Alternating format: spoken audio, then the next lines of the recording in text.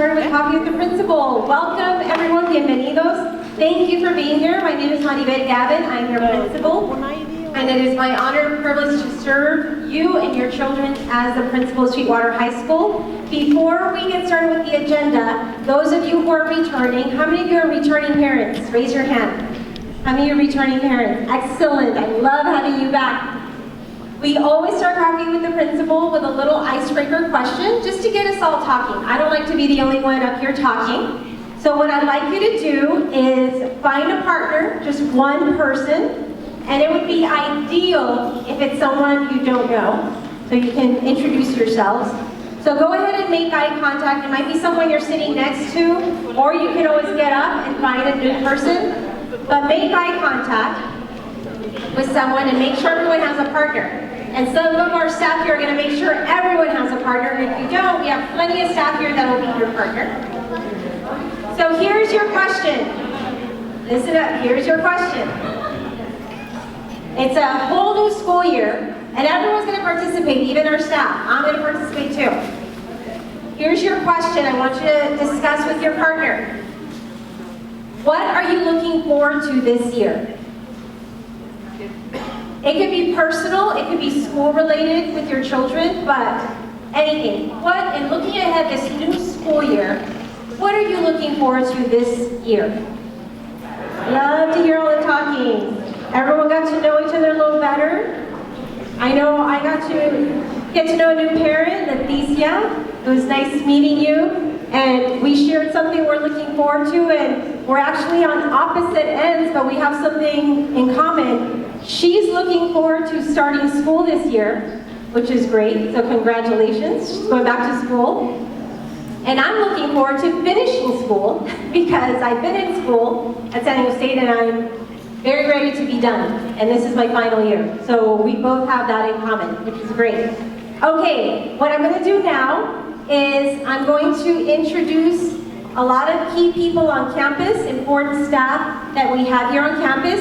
If I can have everyone come up and they'll line up by, we have our administration team, our counseling team, after school program. So if everyone can line up, what I'm going to do is just pass the microphone and they're going to give you their name and their role on campus. So we don't expect you to memorize this. There's no test. You don't have to memorize it. But at least when you see them on campus, you know who they are. And for some of you, depending on your child's needs, you might say, oh, who's the nurse? Because I really need to talk to the nurse about an issue or a health concern. Then you know who that is. Or the counselor. So they're going to introduce themselves, and then you'll see them throughout the year. Good morning. My name is Brandon Rogers, and I help run the Inferno Lunch, so the after-school program. So if you have any questions, come see me in there, and yeah, happy to work with your students throughout the year and yourselves, hopefully. Hello, I'm Rachel Griggs. I partner with this guy for after-school programs. I'm also a math teacher on campus. I teach the two sections of AP Calculus. Good morning, everyone. My name is Alex Salazar. I'm one of the assistant principals here. And I'm in charge of the Alpha O through Z. So last names, if your son or daughter falls under O through Z, you can work with me, call me, ask me any questions. So thank you for being here. Good morning. My name is Mr. Chaides, Fernando Chaides. I'm the assistant principal here at Sweetwater High School. And I'm in charge of a lot of things, AP, and that's a priority. Okay? But welcome. Thank you. Good morning. My name is Deborah Morris. I am the new assistant principal of student activities and athletics. If there's anything you need, please feel free to see me at any time. We have an exciting year planned and just excited to be part of the Sioux High family. So thank you. Hi, good morning. My name is Gerardo Santamaria, and I am a Sweetwater High School alumni, class of 97, and I am the attendance coordinator here, so anything you need regarding your students' or son or daughter's attendance, come by. You don't need an appointment. Just come see me in the front office, and I'll be here to help you guys out with any questions you guys might have. Okay? Thank you. My name is Marco Garcia, and I'm a counselor here at Sweetwater. I'm also a Sweetwater alum, class of 95, and I'm happy to see all of you here this morning. Good morning, buenos días. Mi nombre es Julie Vallejo. I am Mr. Marco Garcia's intern this year, so you might be seeing me. If you have any questions, I'm more than happy to help you. Good morning, my name is Elena Vallejo. I'm one of the counselors here. I know it's the same name and a little confusing, we're not related, but we like to repeat names here to make it easier for you. But yeah, I'm one of the counselors. Good morning and welcome everyone. My name is Maribela Arroyo. I'm the head counselor with a wonderful team of 7 counselors. So at any time, if you have any questions or concerns about your students, please feel welcome to call your counselor, email your counselor. We'd be happy to welcome again. Oh, I'm glad you mentioned that. Next week, I will be sending an updated alpha breakdown by counselor so that you know which counselor to contact. So I'll be sending it for junior grade and email as well. You're welcome. Good morning, I'm Tania Vega, I'm a school nurse. My office is open 7:30 to in the school day. I do welcome parents. If you have any questions, please feel free to come in, meet with me. I'll answer you. Good morning. My name is Lysabeth Luwansing Garcia. Marunong po ako mag-Tagalog, so I speak Tagalog. So if anyone needs translation in Tagalog or Filipino, I can help with that. I'm also a Sweetwater alumni, class of '96. If you're on Facebook, if you look up Sweetwater High Counseling Center, we're on there, and all of our announcements are on there as well. So we invite you to follow along. Thank you. Good morning, everybody. My name is Nancy Garcia, and I'm also one of the counselors here. My name is Mr. Briney. I am also one of the counselors, and I also help with scholarships. Good morning. Thank you for being here. I'm Eric Hernandez. I'm the bilingual tester, class of 2003 from Sweetwater. To coach a couple sports on campus. Good morning, my name is Alma Martinez. I'm a CRNF. I'm in charge of the parent center and parent volunteers. So if you want to become a parent volunteer, please come to me in the parent center. I'm there from 8:30 to 2 p.m. Thank you. Good morning, parents. My name is Denise Inigas, and I am the student program facilitator. I am here to help you if you need help with Jupiter grades in campus or anything you may need. You can find me in room 204. Good morning, everyone. My name is Aime Cuellar Martinez. I'm the coordinator of integrated services. I love seeing all these familiar faces. Thank you for being here. And the last group that are part of our staff, if I can have the parent volunteers please stand up. They are part of our team. And if you want to join us, please, we're always looking for volunteers. Thank you so much. All right, thank you. And once again, Maria Gavin, class of '91. So we have a lot of graduates from Sweetwater High School here, and there's a reason why, and it's because Sweetwater High School is the best place. It really is. Are there any other Sweetwater High School graduates in the audience? Look at this, see?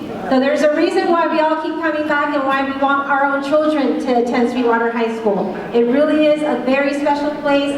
We are dedicated to ensuring that all of our students not only get the best academic education, so they are college and career ready, but we also support them socially, emotionally. We know as teenagers they're going through a time when they're developing their mind, their bodies, a lot of confusion. So we're there to support them throughout their process as they continue to learn. And we are, again, committed to making sure every student is ready to apply for college when they graduate from high school. They might not know if they want to go to college, but we assume they will, and we get them ready for it in case they change their mind. All right? So with that, we'll go on to our next presenters. So throughout the Coffee with the Principals in the year, just so you understand what we do, is there will be an opportunity at the end of the meetings where you can ask any general questions you might have of me. But during the presentation of the meeting, we also have guest presenters, and usually they're people that work here on campus that oversee a program that's available to our students, and we want you as parents to be informed about all the great programs we offer at Sweetwater. So with that, I'm going to introduce Mr. Brandon Rogers, who oversees our after-school program.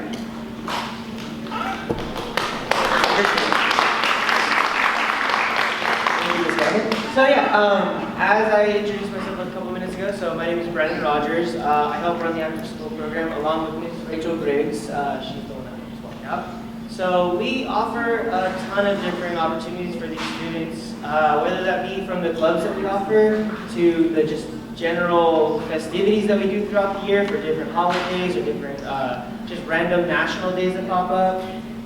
We have like homework help, so if a student needs a little bit of assistance, they can come to me or one of my staff. Ms. Greeks is great with math, like she said. We go on college trips, so there's the multi-day ones, there's single-day college trips, and we're also going to try to see if we can add in a couple more of the local community colleges to kind of target the whole demographic of students. We have the outdoor club, so tomorrow, today's Friday, so tomorrow morning, if your students came home and said, hey mom, dad, I want to go to Torrey Pines on this weekend, well that's us too. So we're going hiking Torrey Pines tomorrow morning.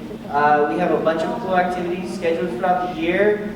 If you drop into the Inferno Lounge, I have a little flyer that kind of just overviews a little bit of the insanity of clubs that we offer. But we also are working on an actually dedicated calendar and a list of clubs that we can offer to your students. So I would say give us another week or so. A good timeline is after parent or back to school night next week. We should have that list more or less completed, and we can start passing it out or send it out via Jupiter Drinks. So there's a bunch of cool stuff to look forward to and for your students to look forward to, and I honestly look forward to working with them for another year. So thank you so much. The Inferno Lounge. So if you walk back towards the solar gate, the solar parent lot or the parking lot, it is right there. It has a nice big Inferno Lounge mural on it. It's right next to the ROTC room and the weight room, and it's pretty much dead center between the ROTC room and like the 900 and 600. Big room. So yeah, good question.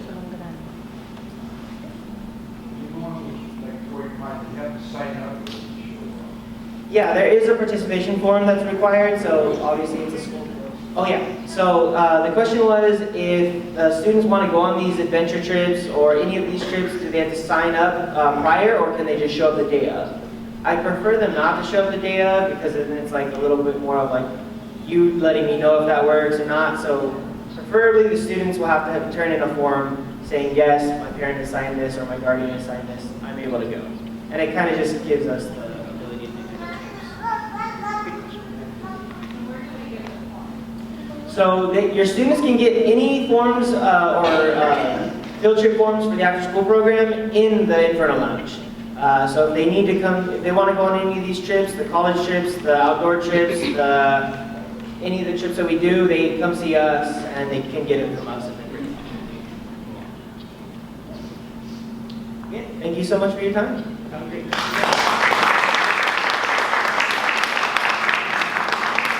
And you'll see more information regarding the Inferno Lounge, our after-school program, and what other services and field trips they offer. If you check our school website, Mr. Rogers always posts a monthly newsletter, and it's in English and Spanish, and it tells you what they've accomplished in the last month, and they also let you know what's coming up the month ahead. So in case your students might be interested in that.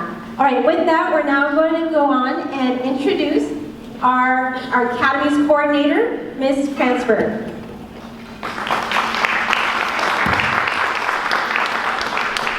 Good morning, and thank you so much for being here. My name is Dr. Nicole Kranzberg. I am the coordinator of the Health Academy. I'm representing both academies on campus today. We're honored to be able to discuss a little bit about, share with you what we do in the academies.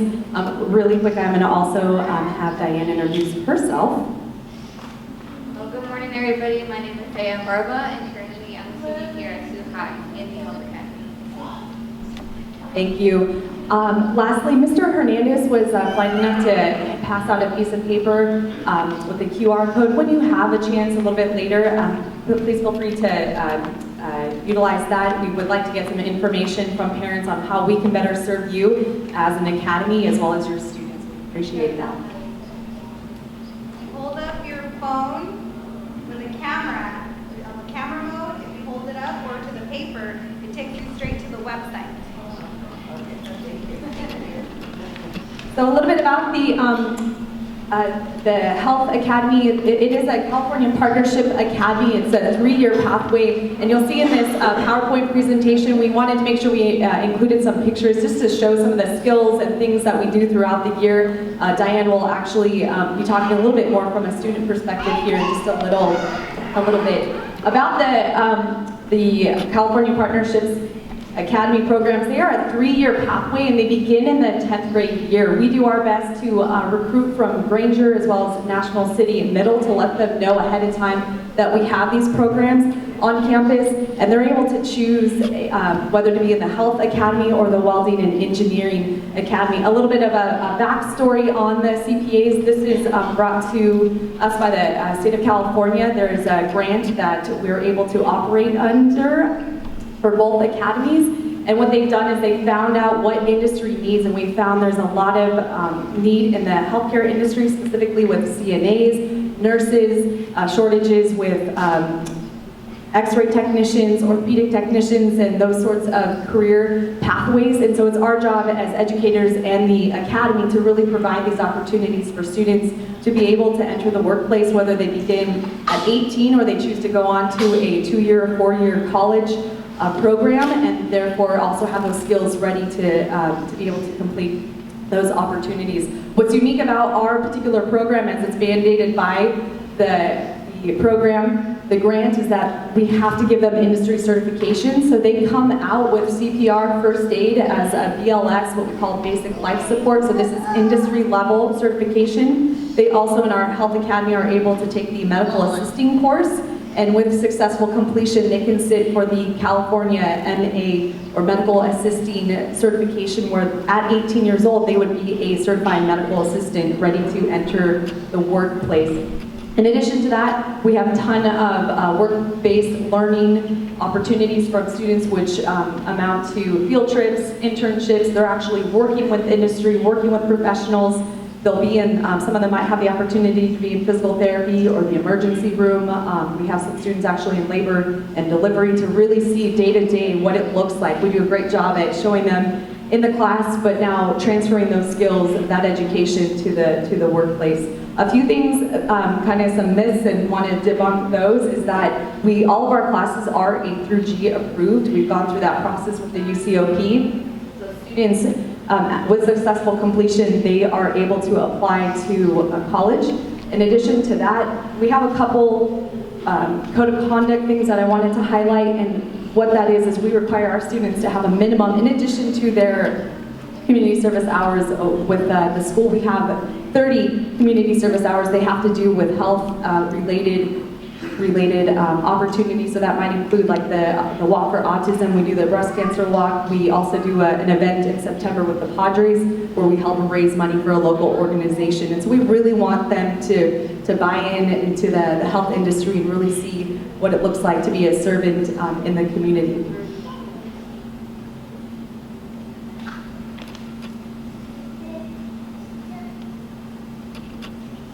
So I'm going to pass the microphone over to Diane to let her talk just a little bit about some of the experiences she's had while she's been a student here at Sweetwater High School in our Health Academy. And then I'll just finish up with a few last things as well as an opportunity for questions.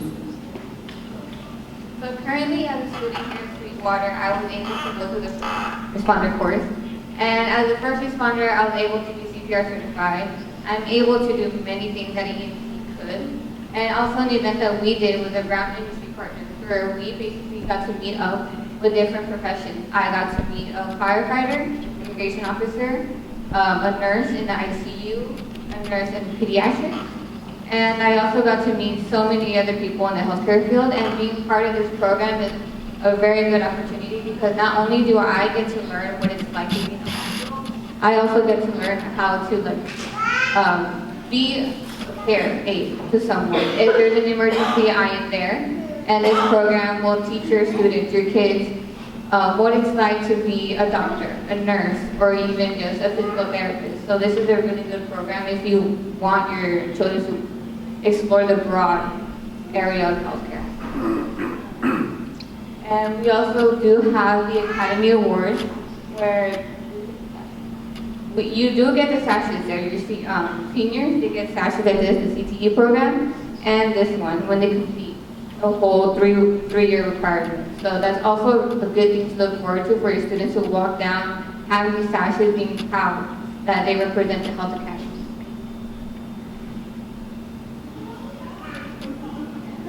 And speaking of internships, I actually, over the summer, I got to go to Scripps and work or intern there for 6 weeks. For the 6 weeks, I woke up early, I went to the hospital, and I got to be in the emergency room, and I also got to be on one of the floors with the nurses. So I got to shadow different departments, and thankfully to this program, I knew what they were talking about. I knew some of the key things that were happening there. And it's really interesting to see how being here at this school, they teach you so many things, but when you're at a hospital, it's a different setting, but still you fit in. So just to summarize, and thank you, Diane, for sharing your experience over summer and throughout the program. This is a really unique program. We work with several partners in the community. Federica Manor actually hired last year 6 of our students. They were able to, because of the internship they do their senior year, they were readily prepared, not just with that soft skills, but also with the academic language to understand positioning a patient and HIPAA compliance and OSHA, those sorts of things. And so it was really neat for us to be able to have that opportunity with the students. As Diane mentioned, we also partner with Scripps, so that's where students will be either placed in internships with Scripps or with Federica Manor, and they're able to get that on-the-job mentorship and experience with those local partners. The last thing I wanted to highlight, and this is really why we're excited to be presenting to the parents today, is for you to understand a little bit more about the program. We ideally would like them to enter their sophomore year, so if it is something that you know that your student might be interested in, that would be a conversation with the counselor to see if they'd be able to enter. However, we do also allow them still to come in that 11th grade year because we want to offer this program to as many students as possible, knowing that industry right up the street from here is going, we'll hire them, we'll get them ready to go and hired. And so you see both of our academy pathways here, but what happens is it's an integrated program with CTE, career technical education, as well as the Common Core. So we collaborate with the history teacher, an English teacher, and our science teacher, and we create these kind of interdisciplinary themes so that students can see the connection to their English class, to their science class. They understand the importance of chemistry as related to the healthcare industry. It's amazing actually how much correlation there is of all subject areas. History was phenomenal to see how much our history has impacted healthcare today. And so you see this 3-year pathway that begins their sophomore year, continues on through that senior year, and as you see they have a CTE class, a history class, English class, and science class. I do want to just mention, in addition to the A3G, that students do have the opportunity to take AP and honors. That's a common question and a very valid question and concern for parents. We have it built into our program so that they would still be able to take those classes in their junior and senior year. So I appreciate your time this morning. It's an honor to be here. Tough to try to be, so much to share about our program, but we look forward to having your students with us. And lastly, if you are interested, we're always looking for more ways to get parent involvement, from joining us on some of our field trips. If you'd like to participate in some of our events throughout the year, you're a dentist, you're a healthcare professional yourself and would like to be a guest speaker, we'd love and be honored to have you as part of our team. You'll just contact Alma Martinez in the Parent Center, and we'll follow up with you. Thank you so much. For parent volunteers. Thank you. Excellent, thank you so much. And yes, you did see a picture of me getting my blood drawn. I heard somebody say, oh, what's happening? And it was, I believe Ms. Cuellar Martinez also volunteered to have her blood drawn. Students were practicing on how to actually draw blood, and they looked at my veins and said, Ms. Gabby, you have really good veins. We want to get your veins. So I had 3 different students draw blood, but it wasn't scary, and the reason why is because I'm able to go into the classrooms and observe the great training they get from their instructors. So I thought, you know what, they're like the professional doctors I go see myself. They can do it, and they did. They did a great job. All right, next, we have updates from our Parent Center. We already had them introduce themselves, but this way you get to understand who they really are and what they have to offer you in the Parent Center. So I'd like to invite Ms. Alma Martinez and also one of our parent leads. We have Mr. Vega, who has been participating at our school for a very long time. Thank you. Good morning, everybody. Yes. We're looking at the new year. We would like to get new parent volunteers to help us throughout the years. So right now, we are through the process of getting elections for our new parents. I'm a parent myself. I got one new kid at school. And we need parent volunteers to be part of our 3 programs. ELAC. ELAC, it's actually a program that takes care of the English learners. We got Title I that actually most of the funds that we get for our kids. And school side council that we need to elect parents for that. We got 3 positions open. Yes. 3 positions. We got 4 for ELAC and 4 for Title I. So we're looking for parent volunteers to be part of that. And we desperately need parents because we got elections for 8 of this month, so basically next week. So we need parents that want to be a volunteer to sign up with Alma. So we can get you on the papers to be elected as part of our committees. I mean, it's something easy. It's not hard. I've been doing it for 2 years. And I would like to get more parents involved. Because not a lot of people want to be involved. It doesn't take that much time. It's only basically twice a month that you have to be here at school. And we really would like to get parents involved. It is during the day, usually during the mornings. Sometimes there is a meeting over at the district level. They get to learn more because most of the stuff they talk at the district is stuff we have to bring back to our school. So those persons that want to get involved, they actually get to. You will notice we have a lot of involvement from community members and other organizations. So if I can have Ms. Jacqueline come on up, and you can do it in English because they have translation. Hi, good morning. My name is Jacqueline Ante, and I'm the Volunteers Coordinator at Boulderwood Gardens and Learning Center. We are located really close from here and by N Street and 24th Street. We basically teach, we have programs in base and nutrition, and we offer programs for free to the community. We have programs for adults, for kids, and also we are developing new internships for high schoolers. And we are offering also community hours, opportunities for community hours if your kids need to do community hours and finish them. It would be a good time to do it. We basically have those during the afternoon for them. And they can have some cards that I can share with you. But they can go just directly to the garden and ask for instructions to do the volunteering application. And I will be more than happy to help them.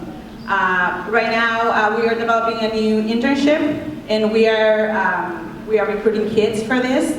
This internship is going to be about agriculture, and the kids are going to learn how to grow food, how to work in the soil, and then it's going to take 8 weeks for them to finish this internship, but it's going to be only on Fridays from 3 to 5.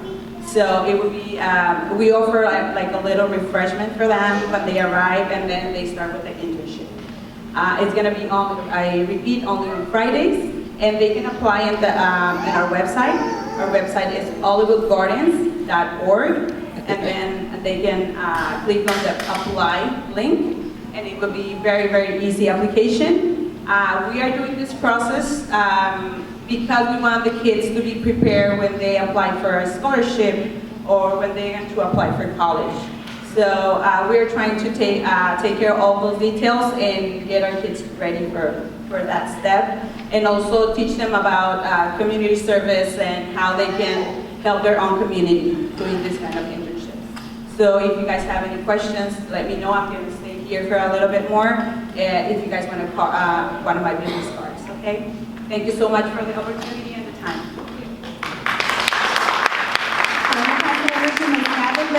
I want to remind everyone before we leave, I'll put the little survey that Dr. Kranzberg gave you. You can take it at the end. It's just a few questions. She wants to know how many parents know about the program, so if you didn't know about it before, let us know, because we want to make sure that everyone knows about the Health Academy.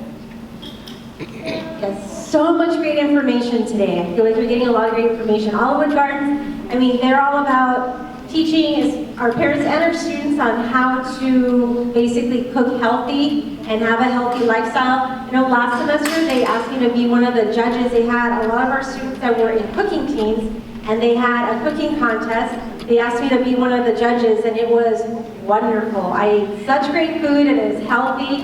It looked like professionals made it. It was so great. And then going back to our parent volunteers, like Mr. Vega was saying, you do not need to have previous experience to serve on any of these committees. So we have ELAC, which is our English Language Advisory Committee, which focuses on making sure that our English language learners get the right services to make sure they progress in their English. Title I, we're a big Title I school. That means that we have a lot of students that qualify for free or reduced lunch. So because of that, we get funding, and those monies go into the classroom. So Title I discusses a lot about how to best, again, use that funding to support our students, or how to best support our students that qualify for free and reduced. And then finally, School Site Council. We meet once a month. I'm part of that committee, and we have different staff members, and we have students, and we need parents. And that's a big role, because you help decide how we spend the money that we get. And again, you don't have to have a background, you don't have to have experience.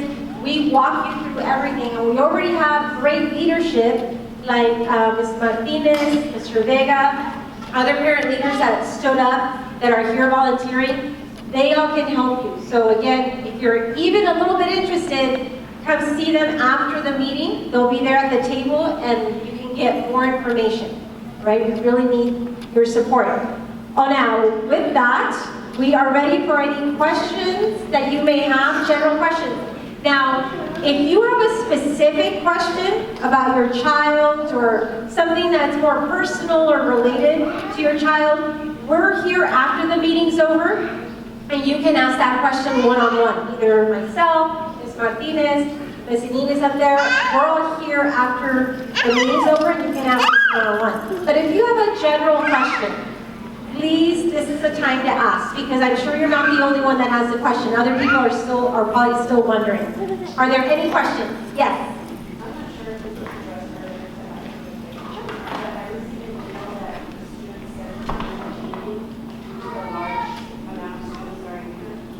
Okay, the question is, or the comment is that she received an email, just like everyone else did here, and it was something that we sent. It was a letter that I signed, and it was stating that some students' schedules may change, because what happened in the last 2 weeks is that we had a lot of new students coming in. It's actually a really good problem to have, that a lot of students want to come to Sweetwater High School. We're the second biggest high school in the district, right behind Eastlake. Sweetwater High School is the second biggest. There are other schools in the district, their enrollment went down, so they don't need as many staff. We're hiring more teachers. And because of that, because we had to open more classes, what we have to do is balance the counselors right now. After they were introduced, they ran back to the counseling center, because by the end of today, they have to balance all the classes. The way it works is that teachers have to have an equal number of students. We can't have one teacher with 200 students and then another teacher with 100. There has to be a balance. So what that message meant is that maybe we have to balance the classes, meaning your student may have to go to a different class. We try to keep up with the same teacher, so maybe they're leaving Miss Rosenbach period 5, but they're going to her period 4, just to balance it out. But we're just letting you know that sometimes we have to create that balance for that reason, and that's why I wanted to send the letter home to you. I didn't want you to think that your child did something bad and that's why we're moving him out of the class. It's not that at all. It's that we technically, and due to policy, we have to balance all the classes. Today, we opened up more classes, So if there are classes with 41, 42, we are pulling students from those classes and putting them in others. Now, we were projected at about 150 less students than what we actually have, but because we do have that many more students that enrolled, we did hire more teachers and we opened up more classes. So we are still bouncing. Today or yesterday, a posting went out in our district listing 3 more teachers that we need.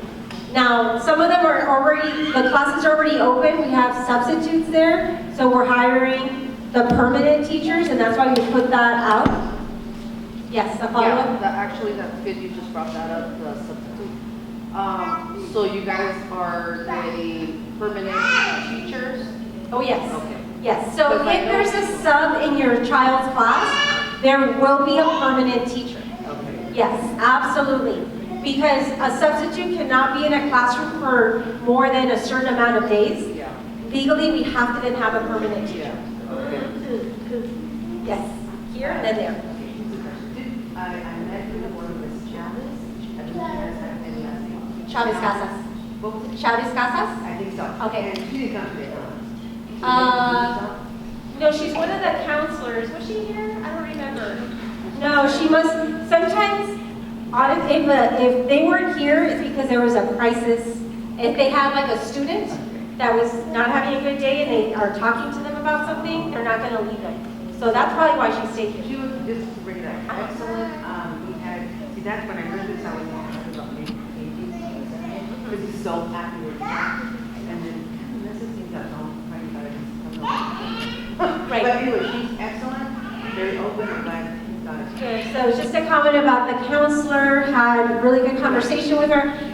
What we always remind everyone to do is to communicate. So I always remind staff, which is again why I sent the letter home, I thought, you know what, if I were here waiting at home for my son or daughter to get there, and they say, oh, my classes were changed. Why were they changed? I don't know. They probably don't know, or they do know, but they forget by the time they get home, who knows. But I didn't want parents to assume other things. So that's why I felt it was important to communicate with you. So whenever you may have a question or a doubt, please call, email, come in if you're available to come in. Our doors are always open. If the person you're specifically looking for is not available because they're in a meeting already talking to someone, I'm sure there's going to be someone else that can answer your question. So again, always communicate, ask the questions. We invite, this is your home too. We invite you to come and get clarification on any doubts you may have. If you had a question. Good morning. I'm going to ask you the seniors if their laptop or Good question. So the question is about seniors and laptops.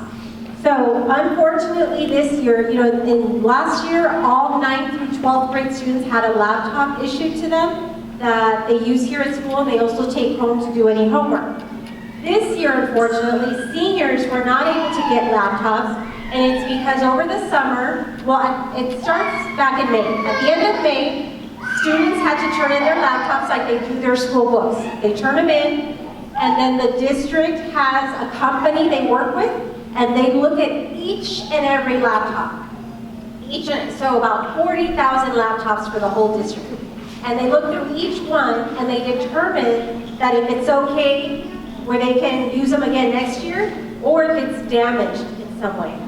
There were so many that were damaged where they weren't going to function that they had to decide which class, either freshmen, sophomores, juniors, or seniors, 9th, 10th, 11th, or 12th, which class would not get a laptop. So they had to make the hard decision. There were questions about either one, pros and cons, but in the end they said, okay, the seniors. The seniors won't get one, but the plan is that the district is working hard with the company to repair them, and at some point this year, they will have a laptop issued to them. Unfortunately, we don't have a date because the teachers are asking, we're asking, is it going to be in September, October? Is it not going to be till second semester because then we'll feel like that's a little late? But it all depends. It comes down to money, paying for the cost of repairing them, getting the repairs done, and then the laptops being issued to us. But when that happens, we will send a communication home to parents. Here and then there. Yes. Claro.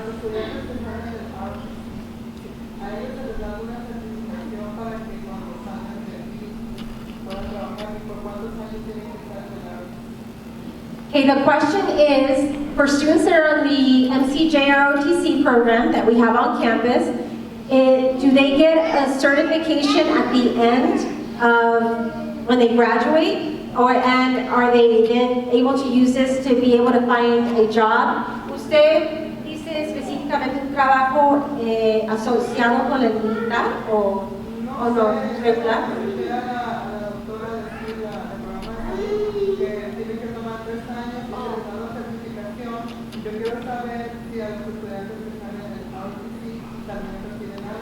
Okay, good question. So she's comparing the ROTC program to the health and welding and engineering academies, like this Dr. Kransberg was talking about how after a 3-year completion, and there are students who maybe do it for 2 years, but those who do it for 3 years, the academies, they get a certification and they help them maybe try to find a job in that field. With ROTC, that's different. ROTC, first of all, I want to clarify because a lot of people assume that if they're in ROTC, that means these are students that are going to definitely go into the military, to the Army, to the Navy, to the Marines, and that's not true. ROTC is a program we offer on campus that teaches students about character, discipline, and it helps them in their academics. They learn about being organized, they learn about meeting timelines, they learn about get your homework done on time. You don't want to wait till the last minute. And these are more character disciplines that they learn that will help them in any career path after high school. So the answer to the question is no, they don't receive an official certification. There are no number of minimum years that they have to be in the program. We have students that are in the program all 4 years in high school. Some are there 3, some 2, some 1. So they can be there as long as they would like. Those that join their freshman or sophomore year, they really like it and they keep signing up for their junior and senior year. But no, they don't concentrate on helping them find a job because a lot of the students that go to the ROTC program, they're like any other student on our campus, they end up going to college, or some go into the military, but a lot of them go to college or a technical school. And what they do in the ROTC program is they do give them the opportunity to complete community service hours. They're very involved in the community, not just in National City, but in San Diego County. And because the ROTC program gets a lot of funding through the Marine Corps, they're the ones that supply buses and field trip opportunities where they take them around the town. For example, in the next weekend or two, they're going to be participating in facilitating a marathon. They're not going to be running, but they're going to be helping out at the event. So they get a lot of community service hours. And as you know or may not know, all high school students have to complete a minimum. Does anyone know, I'm going to test you. Does anyone know the minimum amount of community service hours a student has to complete to graduate from high school? What is it? 30. Yes, I heard a lot of you say it. Great. 30 hours to complete community service. That's the minimum. So we always remind students, do not wait until your senior year to do all 30. That's going to be a lot. Start your freshman year.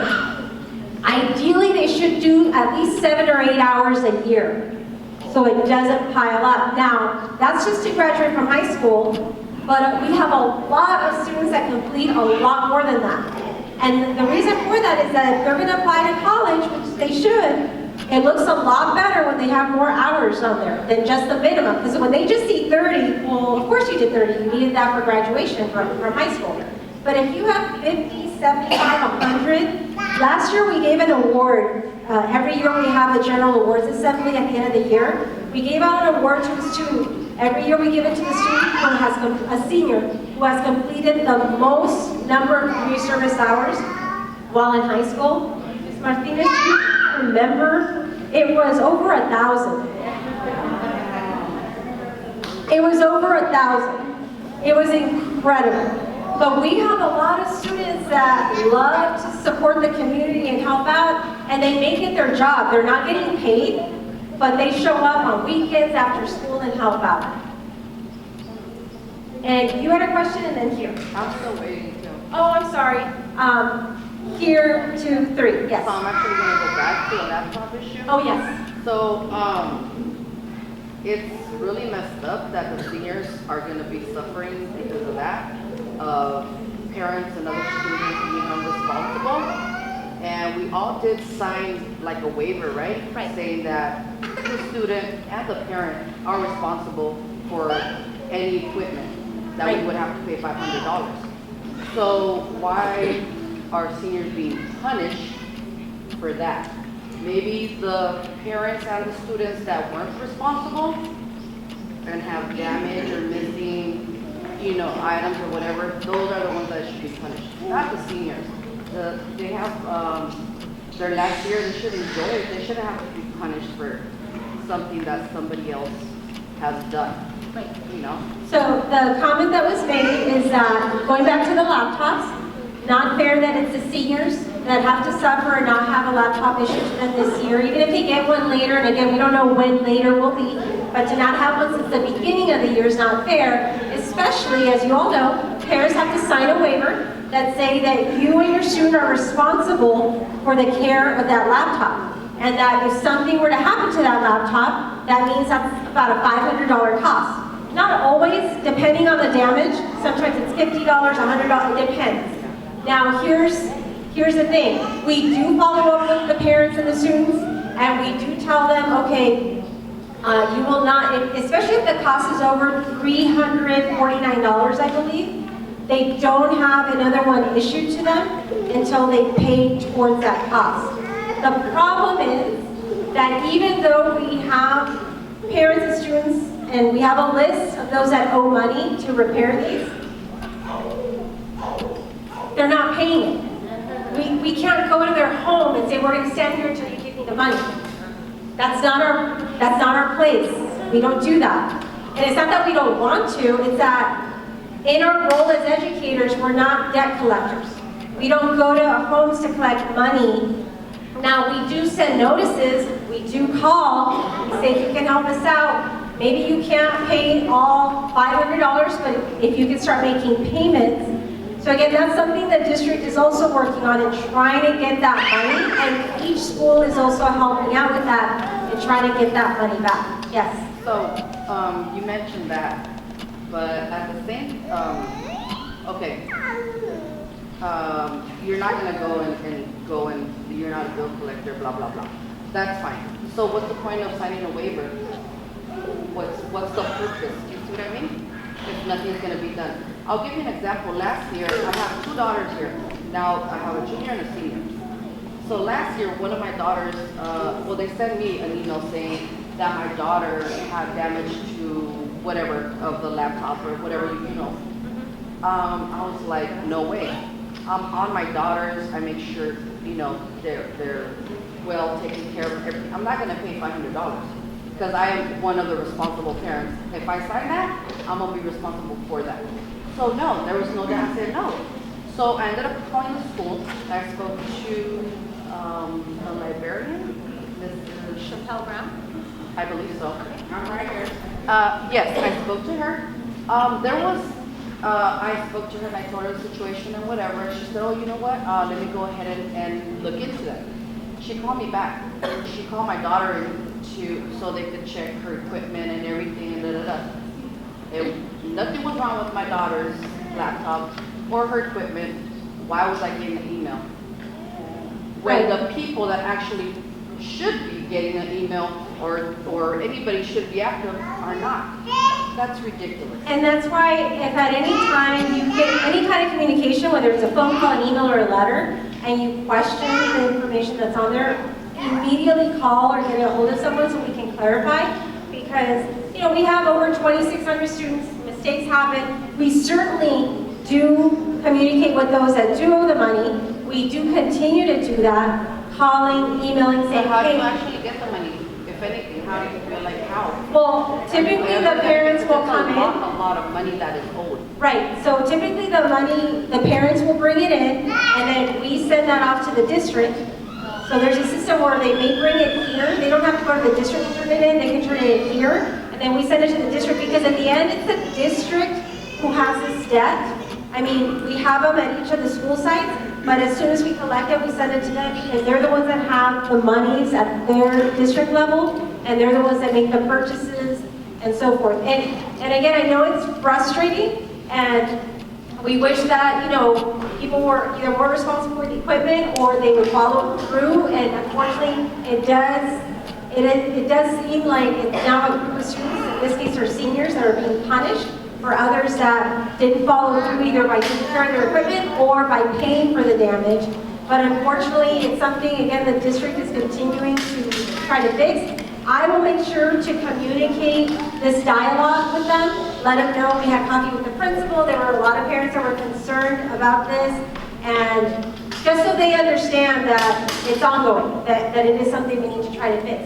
I also want to be respectful of your time because it's 9:30, and I don't want to chase you out of here, but I know a lot of you have other commitments. Never feel like you're being disrespectful. If you have to get up and leave, I understand. I understand if you have to do that. But I know there are, I think, 2 more questions that we were going to open up for the general meeting. And then if anyone else has a very specific question, we have staff that will be here after the meeting and we can answer your specific question. So I think we had one there. Hello.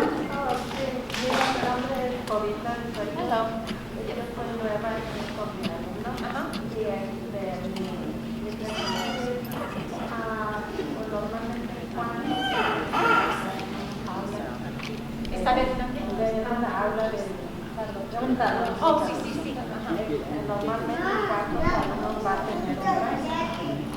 Good question. So the question is, approximately how many students are in each classroom, and then approximately how many students does a teacher have? So the way it works is, and we kind of talked about this earlier when we were talking about the class changes to balance classes, is a teacher can have up to a total of 176 students. That's total. They normally teach 5 classes. So it's 176 students divided by 5 would give you the average. I think it's like 35.2, something like that. But every class size would be a little different. Some might have 28, some might have 32, some might have 37. It depends on the class, sometimes how popular it is. For example, we have one section of AP Statistics. Right now, that class is really large. I think we have like 41 students in that class. But it's also not so big that we can split it into 2 classes, because then that would be an average of 20. And we need to have at least 28 students per class. The way it works is the district gives us the number of classes we can have total based on the number of students enrolled. So right now we're at about 2,650 students at Sweetwater High School. Like a little city here, 2,650 students. So what they do is they divide that number by 28, and that tells us how many classes we can have and how many teachers we can hire. Now that also includes our special education department. Our special education classes, those tend to be smaller because those class sizes have a lower cap because the teachers need to give the students more one-on-one attention. So if you were to walk into a classroom, you might see one that has, like I said, 28, another one might have 33, but usually, again, the total that we cannot go over for every teacher is 176 total, but that's adding up all of their classes. It's a little complicated, but if at any time any of you would want a tour of the campus and you want to just take a walk to some classes so you can see for yourself, either myself or one of the assistant principals can do that. The other thing we have for parents, we try to do one each semester, and Alma, our parent liaison, will be reaching out to you, and we'll announce it at another future coffee with the principal. We usually do it around October, November. We have what we call a parent learning walk, and what we do is we invite parents. Oh, great. The dates are already on the flyer you got with all the important dates for parent meetings. Sorry, I'm not wearing my glasses. Can you tell me the date? November 20th, April 29th. Okay, so November 20th will be the first one this semester. And it's on your flyer at the bottom left-hand corner. That's when we have a learning walk. What? Yes, you have to sign up beforehand. You can't just show up because we have to plan, and we can only have a certain number of parents because then we split you up into different groups and we assign an administrator. Like I would take a group, Mr. Salazar would take a group, Mr. Chidas takes a group, usually Ms. Martinez takes a group too, and we all get trained in the morning. We all talk about, okay, what kind of notes are we going to take when we go into the classroom? And then we have the opportunity to go visit classrooms. Now, they may not necessarily be your child's classroom. They'll be random, but still, you'll get to visit classrooms and see how the teachers provide instruction, and more importantly, what are the expectations of the students? What are they responsible for learning in the classroom? And then we come back and share our notes, and then we talk about as parents, so how can we support them at home when these are the expectations in the classroom? So again, if that's something you're interested in doing, it's a great opportunity for you to be able to come in for that learning walk. Now let's say, because it is a whole morning, it's like from 8 to 12, let's say you're not able to do that, but you still like the opportunity to come in for maybe 20 minutes and just walk around the campus, come in, check in, and then one of us can give you a tour. You can also do something pretty quick like that. Okay? Yes? The academy that you talked about, is there an application? And then the second one is, my son's freshman playing football, and afterwards he's supposed to be doing a homework club. Is that connected to where Mr. Rogers is? Is that the same thing or different? So, question first was in regards to the academies. Is there an application that needs to be completed to be part of the academies? No, there's no application. It's something that your child or you and your child can talk about with the counselor. Say, hey, I'm interested in potentially my student being in the academy. Now, at this point, we are on day 10. All the schedules are pretty set. Your child probably already picked his or her elective, but it's not too late for the upcoming year. It's just having the conversation with the counselor saying this is something I might be interested in. Yes. And then the next question was in regards to if your student is involved in sports. So I'll just say it in general. For your son, it's football, but any students involved in sports, what a lot of the coaches do is because you have to have a minimum grade point average to be eligible for sports. We want to make sure that because they're staying after school and practicing or going to games and playing sports, we want to make sure their grades don't drop. We want to make sure that they're still doing well in their classes. So we supply tutoring here after school. Some of it is through the after school program. Some of it is through our Title I funding through Ms. Martinez's office. She makes sure that we have teachers that tutor in math, science, English, geography, world history. We make sure we have those tutors, and she puts out a schedule every month that not only is around the campus, but we also put on our website. Is there another communication? Yes. We send a lot of these messages through Jupiter Grades, so you'll get the attachment that has the list of tutorings Monday, typically Monday through Thursday. I'm sorry, Tuesday through Friday, because Monday said 1 through 6, but Tuesday through Friday, it shows what classrooms have tutoring, and it doesn't mean that your student has to have that teacher as a teacher to go to the tutoring. That teacher might be the only integrated Math 1 teacher that's giving tutoring, but any integrated Math 1 student can go see that teacher after school for tutoring. So yes, especially those that are in sports, the coaches make them go get their homework done first, and then they go to practice. Right, because by the time they get home, they're so tired from practice, so the coaches are good about making sure we're gonna meet here in this room and you're gonna get your homework done, and then we're gonna go to practice. And it's a system that's been working well because if they don't keep their grades up, they won't be eligible to play, and then they can't be on the team. So again, I want to be respectful of your time. If you have any questions, please come see me or Ms. Martinez. We'll be here to answer questions. Thank you all so much for coming today. I want to continue to have this great crowd. We always have it the first Friday of the month. Now, if the first Friday of the month happens to be a holiday or we're not in school, we're on break, it would be the following Friday. But you'll get the notices from Ms. Martinez. She sends it out through Jupiter Grades and phone call letting you know, but it's always the first Friday of the month. Thank you all so much. Have a wonderful weekend. Thank you.